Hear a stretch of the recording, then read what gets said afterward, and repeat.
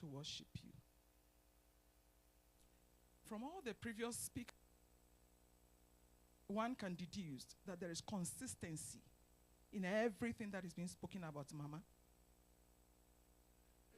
You know, when it comes to work, her work ethics was so outstanding. There was a particular week, a day, we met in the bathroom, in the restroom, and then we were both washing our hands, and then she said, "My dear, on Monday I noticed you were late to work. Yesterday you came late. And then today too you are late. What is the problem?" And then I said, "Mama, is it not that your grandchild?" You know, she jumped and said, you must never use my grandchild as an excuse. Sort out your life and come to work on time. What time do you wake up? Adjust your wake up time. Thank you, Mama. Original. I started laughing. She said, "You see, this is what I like about you. When I'm insulting you, are even laughing." I said, "Mommy, what can I say?" A mother will correct a child. And that's the kind of person she was. She was never late for work. You always find her in a class, so dedicated to her work, so disciplined. One day, one of our colleagues asked me, "Joanna, how do you do it?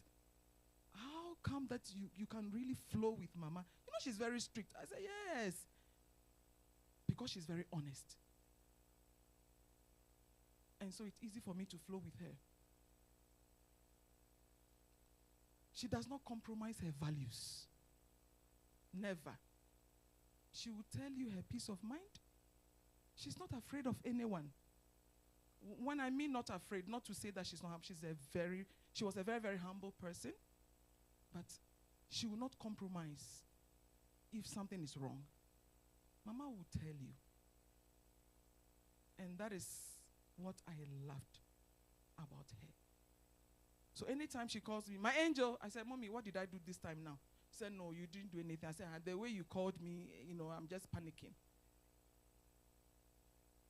Very positive-minded, very selfless.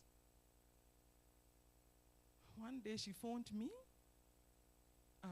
We were busy with our filing, teachers. And then she asked a particular document if I could print it for her. I said, "Mommy, don't worry, I'll print it for you."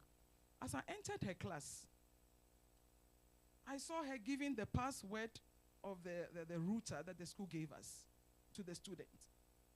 And then she was asking them, "Have you all connected?" And then I was just looking at her, waiting for her to just finish. And then I asked her, "Mommy, were you giving them the password to the router they gave us?" She said, "My dear, why are we here? We are here for these students. So let me just give it to them. If it's finished, it's finished.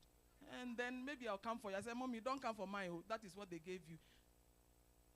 That is the kind of relationship I had with her. I remember there was an issue. She was on the other side. So I drove behind her after school. I was just driving behind her because we were all staying in Centurion. It was before COVID that I moved back to Pretoria. And then I was just following her car, but she didn't realize I was following her. And then she entered the house. I parked somewhere, waited for her to get into the house, and then I called her, "Mommy, are you home?" She said, from school, straight to the house.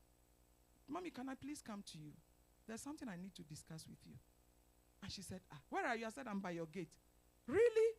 I said, "Mommy, just come and open the door." The gate for me, she opened. And then we had a nice chat. And she said, "My dear, you know how principled I am." And I told her, "Mommy, I'm not here to ask you to compromise.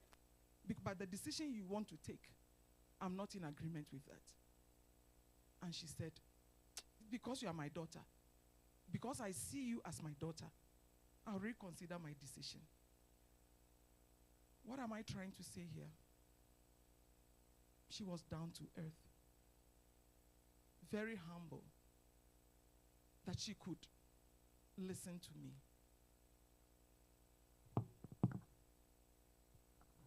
"Mommy, if you are lazy, You can't survive around her. She doesn't like lazy people. Hard work, very, very proactive. During break time, when I decide to go to her class, you find students in her class. And I'm like, Mommy, have you eaten your lunch? This break time is for you. She said, yeah, but you know these students, if I don't teach them now, they'll run away, they won't come. They won't come back after break, so I must just teach them. You know, that's the kind of relationship we had. In my classroom for about 3 years, I had a little problem with light. I did not have electricity. But she had electricity in her class, so I took my heater to her. Mommy, just keep yourself warm, okay? Oh, my angel, you are the only one who will do this. I said, Original, if I don't do it, who will do it for you? We are celebrating Mama today, as I affectionately call her, Original. In the book of 1 Chronicles 4:9, Jabez was more honorable than his brothers. Today, we are gathered here to celebrate an honorable woman, an honorable wife, an honorable mother, an honorable friend, and an honorable colleague. She was more than a colleague to me. This was the greatness of God on earth, personified by Mrs. Ijenwa Margaret Oharidia. She was a blessing, and her legacy forever remains. She may be gone in body, but her memory lives on in her children, grandchildren, and all those that she has blessed. At this time, I want you, Oni, Island, Ose, Ehi, and Daddy, and to always remember that she lived a victorious life. As Jesus said in Matthew 25, verse 21, the master replied, "Well done, good and faithful servant.